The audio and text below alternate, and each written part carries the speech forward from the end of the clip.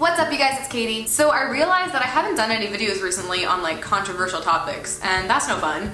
And you guys know me, and you know that I don't shy away from like the difficult, touchy subjects. So buckle up everybody, because today we're gonna be talking about pornography. Okay, real talk. If you are personally struggling with this, and this is something that you're already going through, you do not need me to tell you all the repercussions and all the reasons that you need to feel bad about this, because you probably have already discovered that for yourself and are going through that. So if you clicked on this video today in the hopes of finding a video version of one of those all too popular Christian articles that are usually titled along the lines of, here are X amount of reasons why you should hate yourself and your life and how praying is gonna magically fix everything, I can't help you.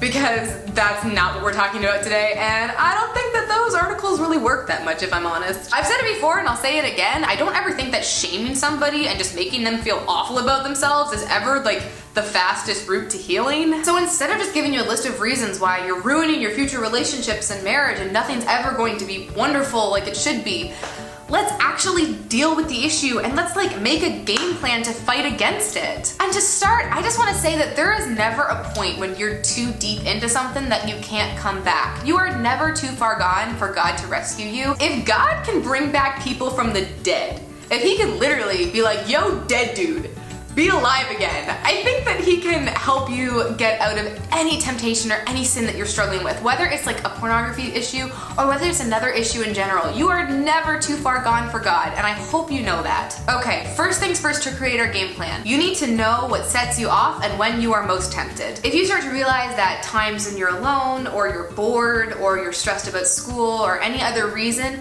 is when you feel most tempted to look at pornography, then realize that about yourself and admit that to yourself. Step 2, think ahead. If you know what sets you off and you know that a situation like that is coming up in the future, then you can think ahead and you can preemptively make sure that that situation doesn't happen. Like if you know that you're gonna be home alone and stressed about schoolwork next Thursday night, then you can call your friend and be like, yo friend, come study with me. Or you can go study in a library or a coffee shop or just go somewhere public so that you're not alone. For step 3, another solution is to get outside. See, the nice thing about being outside is that you don't have any internet access, which really minimizes the chance of you having access to porn, but you also have your brain, so you can talk to God, and it's just kind of you and him hanging out for a while. God doesn't want us to like battle through things on our own and then just like every now and then send him like an update of like how we're doing. Like that is not what he wants. He wants us to wrestle through things with him, and he wants to be there with us along the way. So if you can get outside,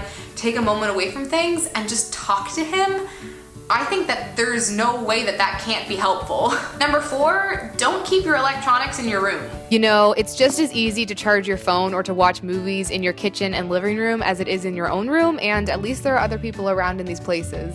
And number 5, and I think this one's one of the most important ones, but is a step that a lot of people forget to do, and that is to actually verbally admit to God what you're going through and how you feel. God knows everything, and obviously like he already knows what you're going through, but to actually tell him kind of creates more accountability on your part to him, and I think that that can be useful and that can be a good guide to help you through this. And to finish off, I just want to leave you with this. If you have been tempted like once or twice by this, or you feel like you have a full-on addiction, or you're somewhere in the middle, you are not a disgusting person. God tells us over and over again that dealing with sexual temptation is one of the hardest battles we're ever gonna go through, but he also tells us that he's gonna provide a way out. You are strong enough to conquer this and to fight it, and even if you don't believe that, I believe it firmly for you, and God does too.